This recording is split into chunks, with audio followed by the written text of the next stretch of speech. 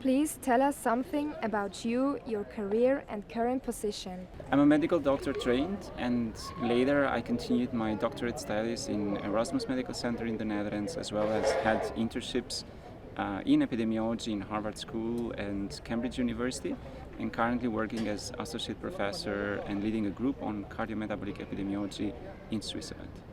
What do you think about the PCR test? Well, I'm not a virologist, and it's not that I can say that much about the PCR test. But of course, as an epidemiologist, I'm interested in diagnostic tools. And as every diagnostic tool, including here PCR, it has its own advantages and disadvantages.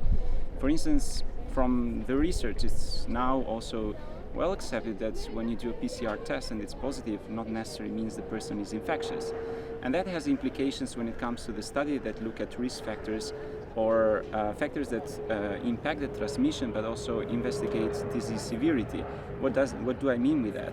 For instance, different countries use different cycle thresholds. What we consider that what is one criteria for the PCR test, and different cycle threshold can give different positivity rates.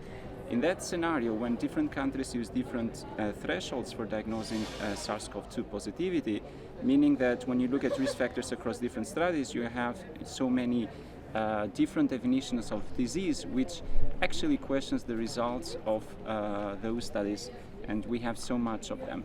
And that's why it's important that to better understand disease severity, but also risk factors related to SARS-CoV-2, we need quality studies and more homogeneous definition coming from the PCR test.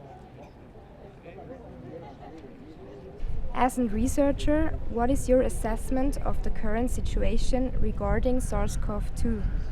Well, I think slowly we're moving from pandemic into an endemic phase of the disease. What does it mean? I think and I believe that we have to live with the virus. As we learn more about the virus, but also as we have more percentage of the population being immune, either to natural immunity, but also due to the vaccination, which both protects against disease severity and disease outcomes. We probably will have to face different waves as we faced before with flu.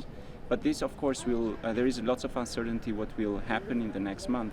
And while we need to be prepared, I don't think there is, at the time we're speaking, there should be fear about the next waves of COVID-19.